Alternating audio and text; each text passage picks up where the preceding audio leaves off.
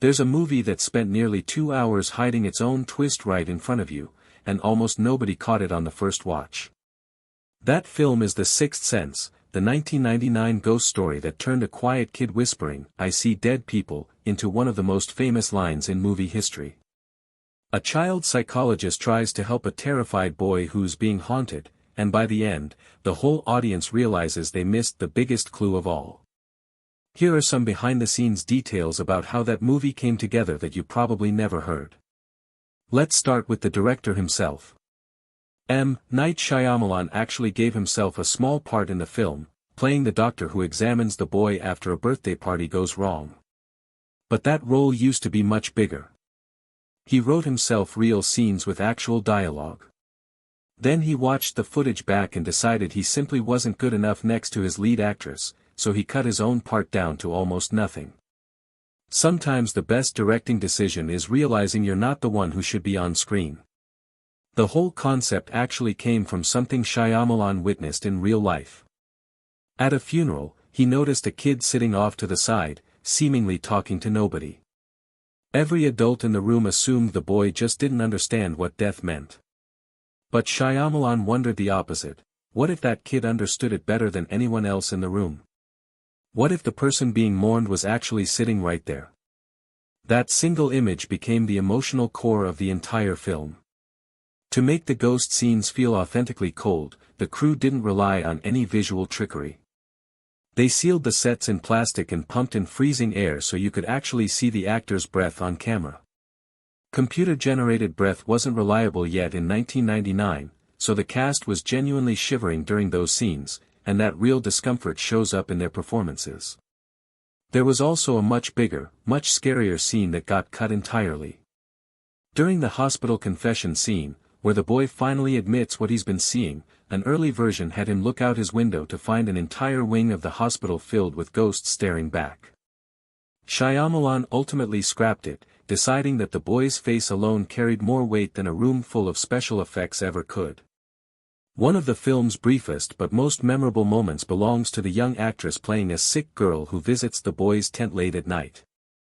The vomit in that scene was actually made from cereal, mixed to just the right consistency.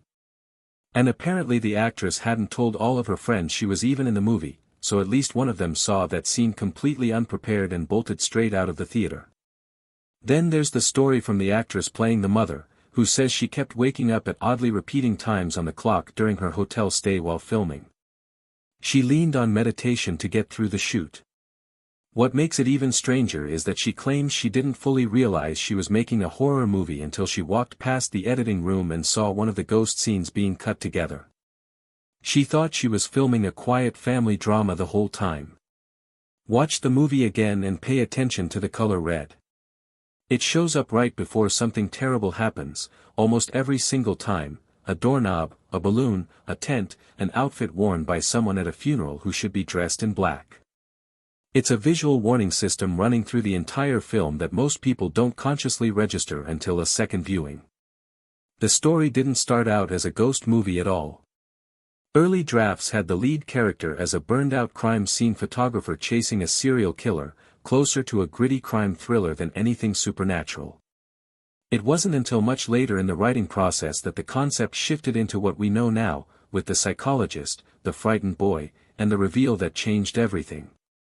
Casting also had some interesting turns. One young actor auditioned for the lead role having barely read the script and treated the dark, emotional material almost cheerfully, completely unaware of what the story was actually about. The actor who eventually got the role took the opposite approach, studying the script closely and showing up dressed formally, determined to understand the character's grief before he ever said a line. The actor playing a former patient who appears briefly early in the film reportedly lost a significant amount of weight to look convincingly unwell for his few minutes on screen, shocking the director when he showed up far thinner than anyone expected. A tiny but crucial detail almost got blown by one single shot. The entire twist depends on the audience never noticing a missing wedding ring on the lead character's hand. But in one close-up scene, his hand was fully visible under bright lighting, and since the actor is naturally left-handed, keeping that ring hidden meant he had to practice writing legibly with his other hand just for that shot, also a 2-second detail wouldn't accidentally reveal the ending early. The studio almost didn't make this movie at all. The executive who fought hardest for the script was gone from the company shortly after buying it, and the studio ended up bringing in an outside partner to share the financial risk on an unproven director's passion project. That decision meant they gave away a massive share of the profits once the film became a massive worldwide hit. The actress playing the mother actually auditioned with a shaved head, and the director liked her performance so much he reportedly kept the audition tape away from the studio, worried they'd judge her look before they judged her acting. He sold them on her using her previous film work instead, and she landed the role, then had to wear a wig for months until her hair grew back.